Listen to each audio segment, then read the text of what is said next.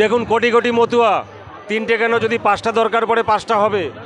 আজকে মতুয়াদের কাজ উদ্বাস্তু মানুষের জন্য, পিছিয়ে পড়া মানুষের জন্য, যারা খেটে খাওয়া মানুষের জন্য, সমাজের যারা ডাউনটোরেন পিপল রয়েছে তাদের উত্থানের জন্য মতুয়া মহাসংঘ কাজ করে আসছে 1932 সাল থেকে। আগামীতেও কাজ করে যাবে। সময়ের ডাকে মতুয়া মহাসংঘ তৈরি হয়েছে।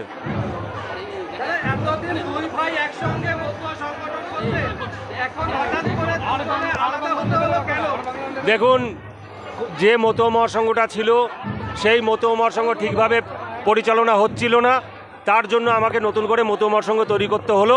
একই রেজিস্টার্ড নাম্বার এবং একই নাম। একটা জিনিস শোনা যাচ্ছে, দুই ভাইয়ের মধ্যে দূরত্ব থেকে নতুন করে গঠন হলো সংগঠন, কি বলবেন?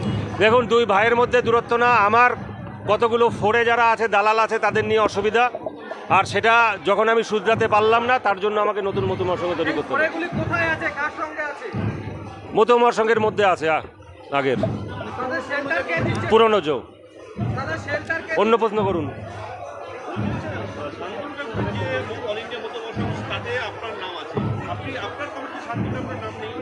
আমার কমিটি তৈরি হয়েছে, শান্তনু ঠাকুরের ওই কমিটি আছে, আমার কমিটি আমার মতন করে। আমার কমিটি আমার মতন করে।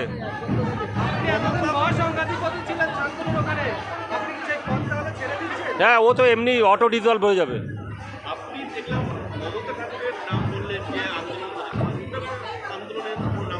আমি বলেছি নামটা, আপনি বোধহয় শোনেননি।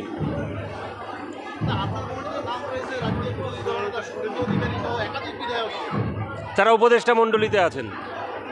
উপদেষ্টা মণ্ডলীতে যে কারোর নাম থাকতে পারে যদি তারা উইলিং করেন। সেটা মতুয়া হতে হবে এমন কোনো ব্যাপার না।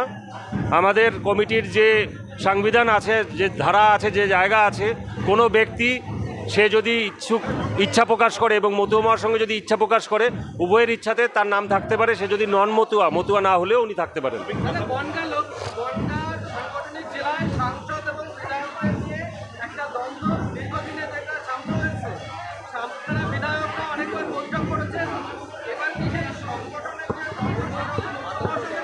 আমি রাজনৈতিক কথা বলবো না এখানে, মতুয়াদের কথা বলুন।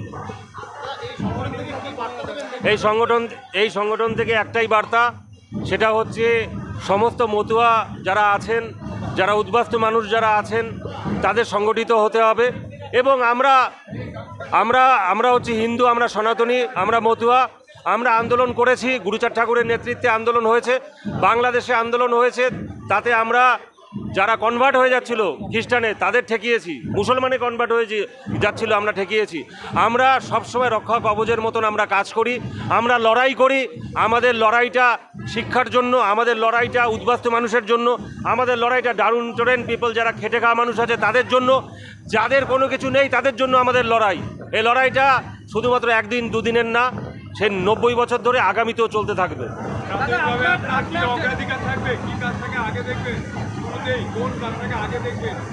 কোন কাজটা সবার আগে? উদ্বাস্তু মানুষদের যারা আছেন তাদের সঠিকভাবে সিএ অ্যাপ্লাইটে যাতে হয় এবং এসআইরে যাতে নাম থাকে। আপনার জেঠিমা একটা কথা বলেছেন, মমতা ঠাকুর, যে আপনাকে বঞ্চিত করা হচ্ছিল, শান্তনু ঠাকুরের থেকে আঙুল তুলেছে, বলে আপনার অধিকারের জন্য আপনি সংগঠন করতে পারেন।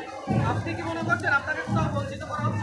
আমার মনে হয় এই ব্যাখ্যাটা ওনার কাছ দিয়ে শুনলে পরে ভালো হবে, যেটা উনি বলেছেন।